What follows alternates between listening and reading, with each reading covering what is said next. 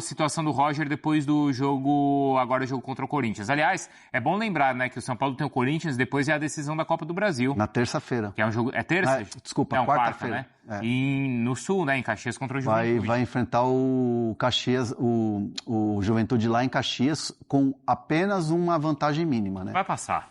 Eu também acho que sim, mas eu acho que é a obrigação de São Paulo. Vai passar. Acho que é a obrigação de São Paulo passar, como... É difícil. Já eliminou, inclusive, o Juventude já eliminou o São Paulo em Caxias. Eu já presenciei uma eliminação de São Paulo em Caxias. Aliás, era o Lugano, inclusive, o zagueiro. E a questão do Roger é o jogo a jogo. Ontem foi um jogo muito ruim do São Paulo, do ponto de vista de desempenho, e o resultado foi mais comemorado, vamos dizer assim. Não vou dizer que comemorou o empate 0-0 com o Riggs, que é um time pequeno. Mas eu estou falando assim, menos mal. Essa foi a sensação interna do São Paulo pós-resultado de ontem. Mas o desempenho muito abaixo e todos reconhecem lá dentro. Desde jogadores, comissão técnica. Eu conversei com jogadores e conversei com comissão técnica depois do jogo. E eles entendem que o jogo foi muito abaixo e que o São Paulo precisa melhorar nesses jogos em que você tem time misto ou time reserva. Ontem a molecada, o Osório foi muito bem, o Felisberto teve um erro no primeiro tempo, estava um pouco ansioso, nervoso, natural até, mas eles viram como tudo muito positivo, né? A entrada da garotada, o Jordan fez um bom jogo também. Então, assim, o São Paulo avalia que o resultado ali não perdendo a Sul-Americana, são 4 jogos, 2 empates, fora de casa e 2 vitórias, ok. Ok, e outra, rodando bem o elenco. Rodando bem o elenco, descansando. E deu descanso para os jogadores no Majestoso. Obviamente, se acontecer uma goleada do Corinthians, o Corinthians botar na roda, o São Paulo não conseguir jogar bem, a árvore vai balançar. A árvore vai balançar e vai balançar forte. Como todo jogo, resultado negativo que tiver essa comissão técnica, vai ter barulho. A ideia do São Paulo é não mexer na comissão técnica. E esse jogo, conversando inclusive com pessoas do clube, fontes do clube, a ideia do São Paulo é esse jogo, fazer um bom jogo. Claro, venceu o Corinthians lá, o São Paulo vencendo o Corinthians lá, para dar uma tranquilidade para o trabalho. Aí o trabalho ganha um respiro até a Copa do Mundo. Até a Copa do Brasil, beleza, mas assim, vencer um rival que está lá na zona do rebaixamento, você empurrar os caras para a zona do rebaixamento ainda mais, manter lá, jogar fora de casa, jogar na casa dos caras, ganhou uma vez só, ganhar de novo, dá uma tranquilizada na questão do ambiente. Caso contrário, a árvore balança de novo. Então, assim, é aquela velha história que ronda o São Paulo nos últimos tempos, desde a chegada do Roger. Ganhou, beleza, perdeu, opa, tem que ir embora. Eu estou imaginando, né, quem hoje está mais assim, impressionado, o Zubeldia também, né, apesar do empate lá, né, o John Kennedy manteve o Flu vivo. O técnico do Galo acho que deu uma respirada também, né? Sim. Barba. Acho que deu, né? Depois da goleada. Mas é isso, vai jogar jogo a jogo também. O clássico foi bom, mas tomar um golzinho no final daquele time lá... Tava ganhando 2-0 até os 30 do segundo tempo. Aí a volta não tem jeito. Aí se for eliminado pelo Ceará na Copa do Brasil, aí vai ter pressão. Aí vai ter pressão de novo. Bruno, ainda sobre o clássico majestoso, e o André, hein? Será que tá mais calmo? Vai ser jogo tenso aí, jogo importante? É importante que ele esteja com a cabeça no lugar também e volte a jogar o que já jogou esse ano, né? Atualização do Memphis. Peraí, Bruno, rapidinho. Atualização do Memphis. Não vai pro jogo. Nem banco? Não vai pro jogo. Nem relacionado, não nada? Não vai ser relacionado. Não vai ser relacionado. Tá bom, então informação aqui em primeira mão, em tempo real aqui no Fala Fonte, o Memphis não joga o clássico de domingo. Não joga. Ainda vai ter um tempinho a mais para se recuperar.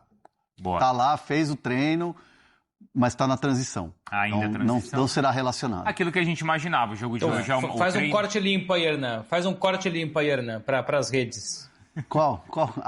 Vamos lá então, recebi aqui em tempo real que tá rolando no treino do Corinthians. Memphis fez o treinamento no campo, a parte de campo reduzida ali, até o Fabrício me ajudou nessa apuração, mas ele ainda é considerado jogador da transição. Então ele não vai para o jogo na Neoquímica Arena, domingo, 6h30, majestoso contra o São Paulo. Nem banco de reservas. Nem banco de reservas, Memphis fora. Bom, existe então a dúvida, jogaria ou não? Não vai jogar, então informação aqui em primeira mão, em tempo real, no Fala Fonte, já que o Corinthians treina nesse momento, e o Hernan e o Fabrício já receberam a informação, Memphis descartado. Descartado. Então, quero te contar sobre o custo do departamento de futebol do São Paulo na temporada passada. Mais uma temporada sem títulos e de gastos bastante altos. O departamento de futebol do Tricolor custou 687 milhões de reais, número do próprio balanço oficial do São Paulo. Quero contar que a previsão do Tricolor para o seu departamento de futebol era de gastos na casa dos 530 milhões de reais. Ou seja, foram investidos 157 milhões de reais a mais.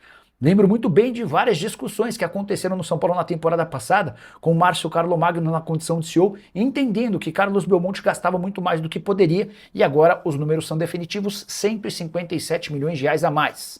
Importante registrar que isso significa uma média de 57 milhões de reais por mês investidos na temporada passada. O valor inclui salários, direitos de imagem, luvas, custos com funcionários, centros de treinamento, viagens, hospedagens, entre outras coisas.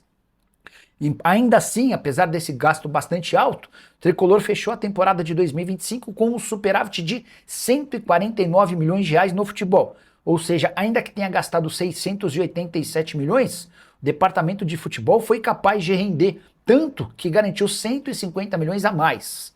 Isso se dá basicamente também por conta das vendas que ficaram na casa dos 284 milhões de reais. Só para completar, registrar que folha salarial do São Paulo no ano passado foi de 225 milhões, ao longo do ano, direitos de imagem 102 milhões. Você soma tudo e divide por 13, estou incluindo também o 13º, e dá para dizer que com salário e imagem, o São Paulo desembolsou 25 milhões e 100 mil reais mensais. Esse custo é ainda maior porque há também pagamento de luvas. Então, se alguém falar que a folha salarial do São Paulo é abaixo dos 20 milhões de reais, você pode dizer que não, baseado no próprio balanço financeiro tricolor. E Arboleda foi desmascarado pelo São Paulo. Dá uma olhada nessa informação divulgada pelo jornalista Rafael Emiliano. Segundo ele, o Tricolor desistiu de rescindir o contrato com o equatoriano depois de descobrir que ele já tinha negociações avançadas para se transferir para o Atlético Paranaense. Algo como, você já tem acordo com os caras e só está esperando a rescisão de contrato para acertar lá? Então tá bom, não tem mais rescisão de contrato. Se você quiser, comunique ao Atlético Paranaense para que nos pague uma compensação financeira, só assim pode haver negócio. Não sei até que ponto essa situação é benéfica ao São Paulo, até porque o Arboleda custa 1 milhão de reais por mês ao Tricolor. Como a janela de transferência só reabre em 20 de julho, São Paulo pode ter o custo do mês de maio e de junho, além de julho, são 3 meses, ou 3 milhões de reais sem poder utilizar um atleta que desde que voltou do desaparecimento dele, ele ficou um mês no Equador sem autorização do São Paulo. O Arboleda tem treinado separado do restante do elenco e teve multa de 1 mês do seu salário. Será que essa economia vale a pena? Será que não valeria mais a pena ter rescindido o contrato com o Arboleda e permitido que ele fosse buscar um novo clube? De qualquer forma, a realidade do Arboleda é essa, ele não faz parte dos planos e o Tricolor espera por uma compensação financeira para liberar o atleta de 34 anos de idade, que tem vínculo até dezembro de 2027. E qual o Arboleda tem que sumir do São Paulo? Deixa eu registrar uma informação que não é minha, mas do Rafael Emiliano, que é um jornalista que cobre o São Paulo.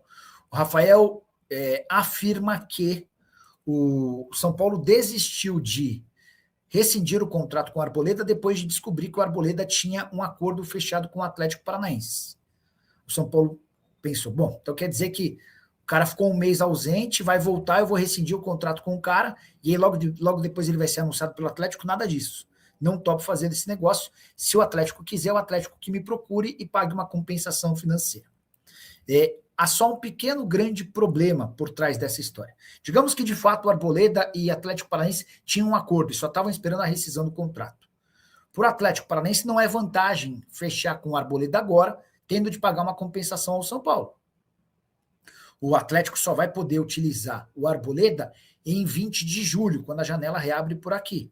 Então, para o Atlético, vale a pena deixar o Arboleda no São Paulo. O São Paulo vai ter de pagar o mês de maio do salário, o mês de junho e o mês de julho. 20 de julho é quando a janela reabre. São 3 meses inteiros, praticamente 3 meses inteiros. Levando em consideração que o Arboleda custa R$1 milhão por mês, são 700 mil em salário, e mais 300 mil com pagamentos de dívidas, o São Paulo vai desembolsar quase 3 milhões de reais nesse período. Não valeria a pena ter rescindido e deixado o cara tocar a vida dele? Enfim. Troca de técnicos entre Fluminense e São Paulo. Eu acho que o torcedor do São Paulo gostaria mais do que o torcedor do Fluminense. Porque o Zubeldia não saiu queimado do São Paulo, embora diferente do Hernan Crespo, que saiu reverenciado pelo torcedor, enquanto o Roger Machado tem seu filme meio que queimado em tudo quanto é lugar, certo? A Arboleda no Atlético Paranaense, por aí tem chance. Eu até cheguei a contar do Rafael Emiliano, que contou que o Arboleda já tinha um acordo fechado com o Atlético Paranaense. Não vou mandar mensagem para o Petralha, que o Petralha certamente não vai confirmar. Mas conversar com o pessoal do São Paulo também não dá, os caras estão no meio do jogo, empate, tá? Intervalo de jogo lá no Chile, mesmo com o time reserva, o São Paulo faz um jogo de igual para igual com o Rings e vai empatando.